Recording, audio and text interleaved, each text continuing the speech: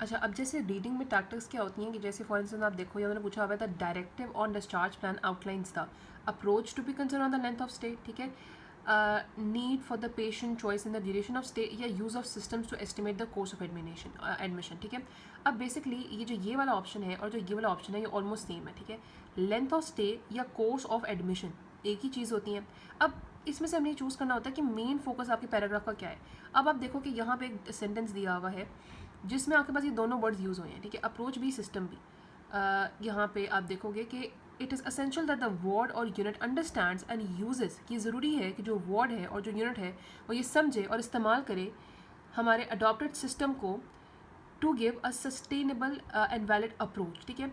अब मोस्टली इसका जो आंसर है वो आपको दोनों वर्ड्स दिए होंगे, सिस्टम भी अप्रोच भी। आपने मोस्ट ऑफ द टाइम ऐसा होता है कि जो आंसर होता है ना वो दूसरे वर्ड में होता है।